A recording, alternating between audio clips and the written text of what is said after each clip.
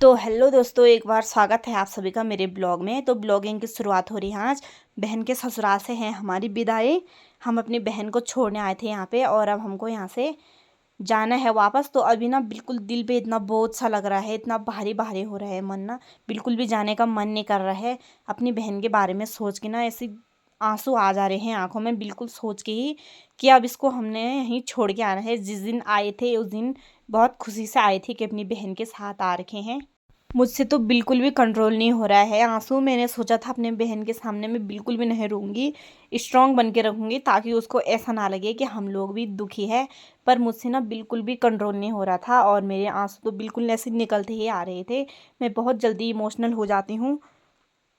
तो अभी मेरी बहन ना यहाँ पे सामने आ गई है और मुझे उसके मतलब चेहरा देख के बिल्कुल ऐसा हो रहा है कि कल की इतनी छोटी सी मेरी बहन आज किसी के घर की बहू जिम्मेदारी लेने लायक हो गई है। ये कब इतने बड़े हो गए, हमको तो कभी एहसास ही नहीं हुआ। तो अभी ना मेरे भाई भी ना बिल्कुल से इतना मतलब स्ट्रांग बना हुआ है, पर इसका भी ना दिल अंदर से बहुत ही कोमल है, इसको भी बहुत रोना आता है।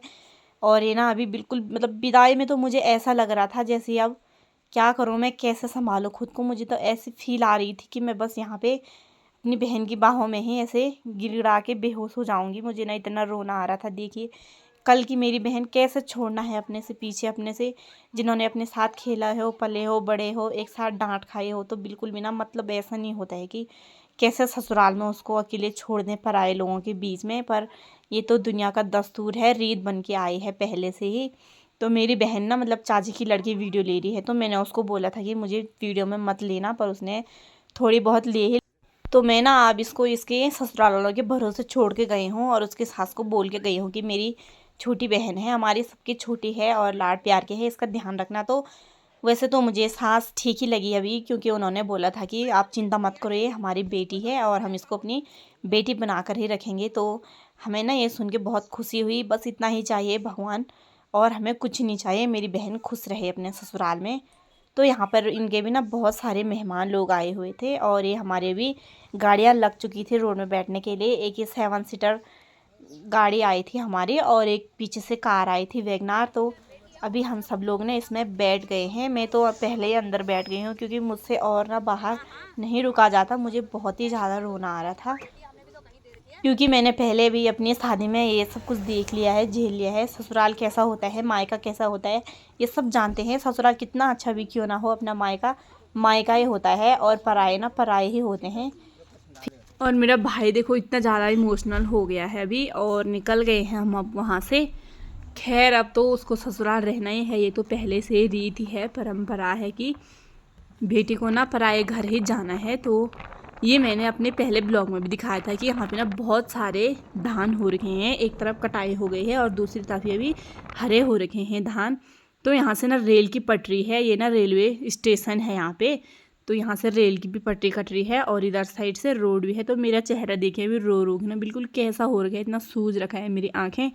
और मैंने लिपस्टिक लगाई थी, उसका तो कुछ पता ही नहीं चल रहा है क्या हो गया उसका ऐसा रोते टाइम। तो मेरा भाई अभी भी पीछे बैठ के ना आंसू ही बहा रहा है। तो कोई बात नहीं, अब मैं भी दूसरे के घर गई हूँ। कल को जब मेरे भाई किसी और की लड़की को ले आएगा, उसको भी दूसरे के घर आना है, तो सबको ना जाना ही है। तो ये ना खैर रीत रिवाज ही है, पर अपने कलेजे के टुकड़े से ना जब अलग होते हैं तो वो अलग ही फीलिंग आती है कुछ और।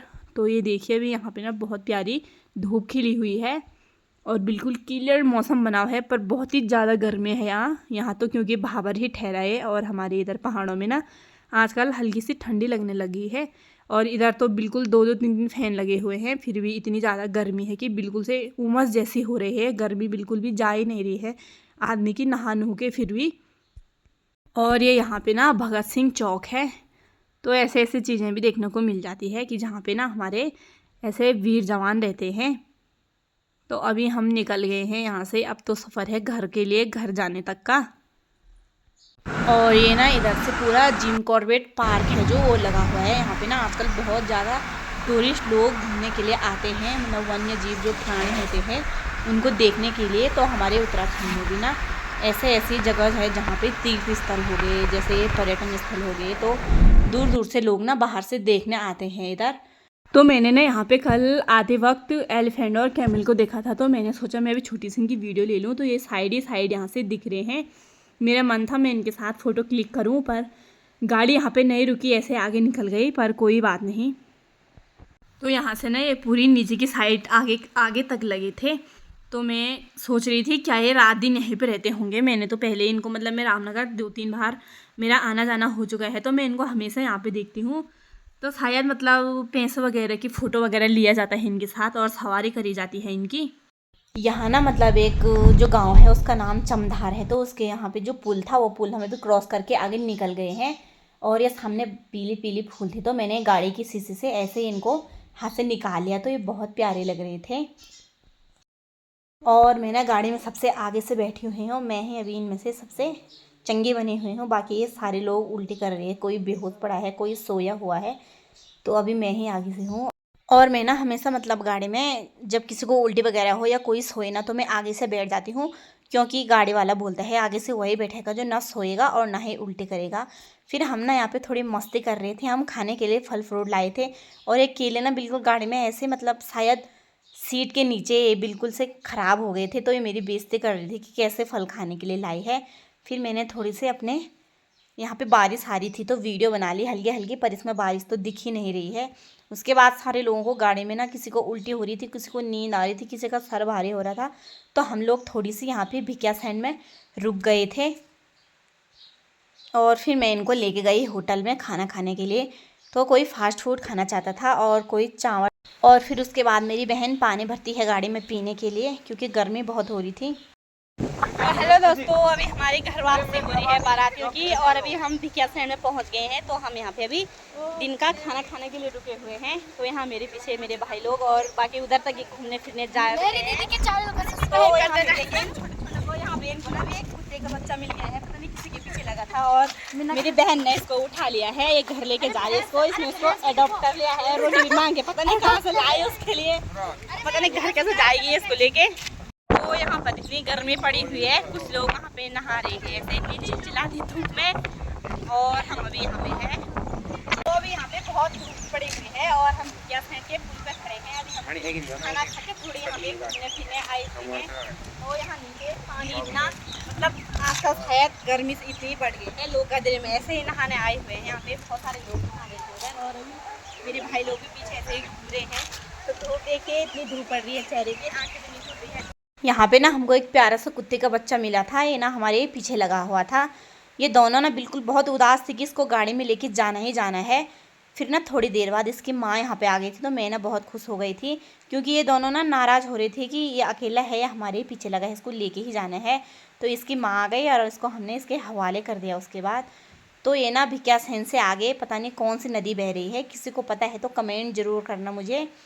तो उसके बाद ना हम पेट्रोल भरवाने के लिए रुके हुए थे, और इन सभी को बहुत गर्मी हो रही थी, क्योंकि यहाँ उमस जैसी हो रही है और हम पहाड़ वाले हैं, तो इतने ज़्यादा गर्मी हमको मतलब झेलनी नहीं आती है। तो मेरे भाई तो बिल्कुल ऐसे लेटा पड़ा है, हमने एसी चलाई हुई थी गाड़ी में अभी हल्की सी, तो मैंने इनके साथ थोड़ी सी मस्ती कर रही थी, और ये ना पीछे से बिल्कुल भी नहीं हंस रहे थे, क्योंकि मैं ही एक गाड़ी में चंगी भली आ रही थी। इन सबको तो उल्टी वगैरह हो रही थी, किसी को नींद आ रही थी, फिर भी इन सबको किसी को हंसी नहीं आई। तो उसके बाद ना हम यहाँ से निकल गए थे, ये हम पहुँच गए हैं अभी चौखुटिया में, चौखुटिया बाज़ार पहुँच गए हैं हम लोग। यहाँ पे ना मैं 2-3 बार आई हूँ शॉपिंग के लिए, जो यहाँ धर्मपाल वस्त्र विक्रेता है, तो यहाँ पे ना मैं 2-3 बार आ चुकी हूँ। फिर यहाँ से ना हम पहुँच गए हैं पांडुआ खाल, मतलब अपने महलचौरी पहुँच गए हम। यहाँ से हमने गाड़ी चेंज कर ली है, जो यहाँ से ड्राइवर था वो गाड़ी लेके यहाँ से चला गया है वापस। तो यहाँ से मेरा जो बड़ा भाई है वो लेके जा रहा है गाड़ी, ये महलचौरी का पुल है। तो बाय बाय दोस्तों, मेरे आज के ब्लॉग में इतना ही, मिलती हूँ नेक्स्ट ब्लॉग में।